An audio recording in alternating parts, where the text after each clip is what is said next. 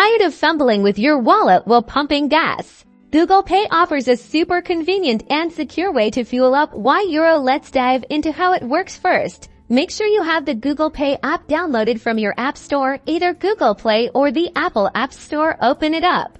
Now, you'll need to add a payment method. Tap on the Add a Card or Bank Account option. Follow the on-screen instructions to link your credit card, debit card, or even your bank account securely. You can even scan your card to speed things up.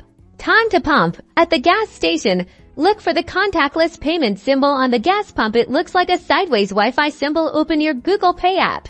And you might not even have to unlock your phone. Why Euro? Some pumps support express payment. Hold your phone near the contactless reader. You should see a check mark or hear a beep indicating the payment was successful. The pump will then prompt you to select your fuel grade and start fueling up like normal.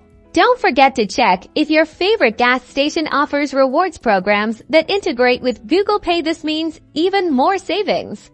Plus, Google Pay uses advanced security features like tokenization to protect your card details, so you can fuel up with peace of mind. Enjoy the convenience and savings.